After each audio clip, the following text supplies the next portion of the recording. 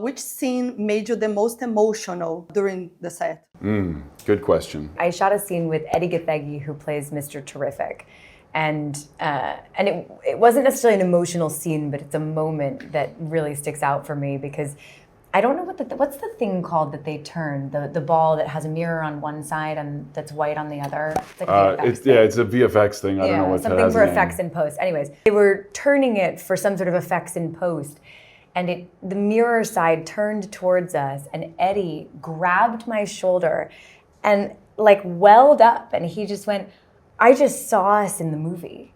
Oh my God. And it was so beautiful and so emotional. I think about that moment all the time. I cried twice Really? on set. Yeah. I cried when they were flying in the kiss. Oh my God, really? That's iconic. I did. I think that was sort of why it was like, you know, I grew up loving movies as a kid and seeing these sort of magical moments. And then I was seeing one being created right in front of me, and I was really moved, and I cried. I had two moments that come to mind.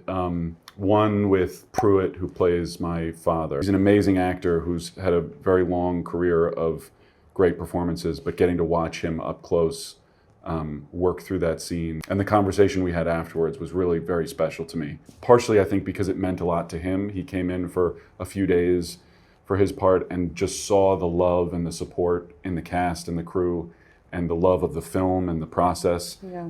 So it meant a lot to him, and the work that he brought to us in just those couple of days was so rich and deep. And then watching Nick Holt work, especially in Lex's more vulnerable moments, that gets me every time, because I've admired Nick as an actor for many, many years. And then I cried also when David gave his speech at the end. That was there was a real back and forth with me and David and how we were going to go about that scene, and I was pretty forceful with my point of view. And David kind of pushed against it, and then he gave in, and then he just went in, and he was so inspired.